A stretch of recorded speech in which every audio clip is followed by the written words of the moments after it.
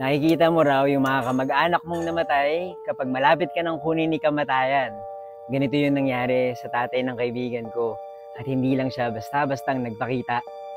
Story time! Pinento ng kaibigan ko na nung nasa ospital daw sila, bago mamatay yung tatay niya, meron silang kasama sa kwarto na hindi nila nakikita. Ang sabi nung tatay, kamag-anak daw nila. Ang tawag daw doon sundo.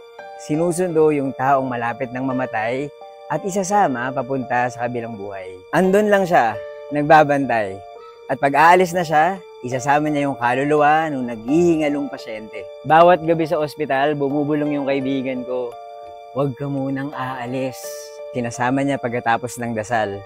Huwag ka munang aalis. Pinayagan sila ng doktor na umuwi. Doon na lang daw magpagaling yung tatay. Pero kasabay ng pag-uwi nila, sumabay din yung sundo. Nandito pa siya, sabi nung tatay. Kaya tuloy pa rin yung pagbulong ng kaibigan ko. Huwag ka munang aalis. Pagkatapos ng ilang araw, binawian din ng buhay yung tatay. Binurol nila, tapos nilabing. Payapa na sana yung buhay nila eh. Kaya lang isang gabi, biglang may bumulong sa kaibigan ko.